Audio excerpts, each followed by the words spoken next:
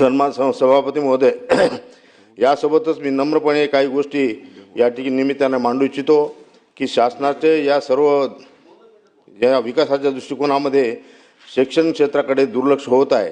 शिक्षण क्षेत्र हे सर्व प्रगती व विकासाचे मूळ आहे। त्यामुळे या क्षेत्रात गुंतवणूक करताना प्राधान्य असले पाहिजे। शिक्षण क्षेत्रावर एकूण उत्पन्नाच्या 6% खर्च होत नाही व त्यामुळे शिक्षण सेवकासारखी योजना असेल, शिक्षक व कर्मचाऱ्यांना मानधनावर नियुक्त करणे असेल, विनाअनुदानित व अंशतः अनुदानित पद्धतीमुळे शिक्षक व शिक्षकेतर कर्मचाऱ्यांना 10 ते 15 वर्षापर्यंत पूर्ण वेतन मिळत नाही।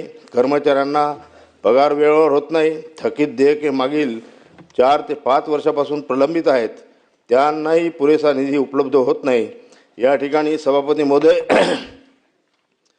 त्रुटी पूर्तता केलेल्या ज्या अंशतः अनुदानित शाळा आहेत त्या अनुदानाच्या टप्प्यापासून वंचित राहिलेल्या आहेत। 30 दिवसात त्यांनी त्रुटी पूर्तता केलेली आहे। या ठिकाणी त्यांना त्या टप्पा अनुदान मिळाला पाहिजे। 5व्या वेतन आयोगानुसार अदा केले जात नाही, त्यामुळे शिक्षणासाठी या बाबी योग्य नाहीत। इतर मागास व बहुजन कल्याण विभागाच्या आश्रमशाळा असतील, आदिवासी विकास विभागाच्या आश्रमशाळा असतील, त्यांचेही पगार नियमित होत नाहीत। त्यांना भविष्य निर्वाह निधीचा पैसा वेळेवर मिळत नाही। अशा अनेक तक्रारी आज मला प्राप्त झालेल्या आहेत। शाहू फुले आंबेडकर यांच्या 165 अनुसूचित जाती जमाती आश्रमशाळा 100% अनुदानासहित वेतन श्रेणीसाठी प्रलंबित आहेत, त्यांना वेतन दिले गेलेले नाही। या ठिकाणी महाराष्ट्रामध्ये जवळपास 78 वरिष्ठ महाविद्यालये आहेत जे 2000 नंतर स्थापन झालेले आहेत, त्यांना आणखीनही अनुदान नाही। स्वयंअर्थ साहित्य शाळा संदर्भात ही शासनाने आपले काही धोरण ठरवून त्या शाळांबद्दल आपले उत्तरदायित्व घेतले पाहिजेत, जेणेकरून येथील कर्मचाऱ्यांना सुद्धा याचा काही प्रमाणात लाभ होईल व निश्चितच महाराष्ट्रासारख्या प्रगतिशील राज्याला आणखीन प्रगतीपथावर नेण्यासाठी मदत होईल।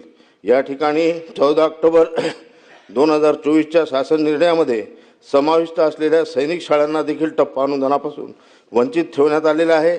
या ठिकाणी आपल्याला माहीत आहे की शिक्षण क्षेत्रात काम करणाऱ्या सर्व कर्मचाऱ्यांना जुनी पेन्शन योजना मिळाली पाहिजे, यासाठी सातत्याने प्रयत्न होत आहेत, परंतु त्यांना जुनी पेन्शन योजना अजूनही लागू झालेली नाही। या ठिकाणी शासनाचे दुर्लक्ष होत असल्यामुळे शिक्षण क्षेत्राकडे या ठिकाणी लक्ष दिले गेले पाहिजे। महाराष्ट्रासारख्या प्रगतील राज्याला प्रगतीपथावर न्यायचं असेल तर शिक्षण क्षेत्राकडे लक्ष देणं आवश्यक आहे। या निमित्तानं शासनास मी विनंती करतो की या संदर्भात सकारात्मक विचार करून भविष्यात अशा समस्या निर्माण होणार नाही याची दक्षता आपण घ्यावी।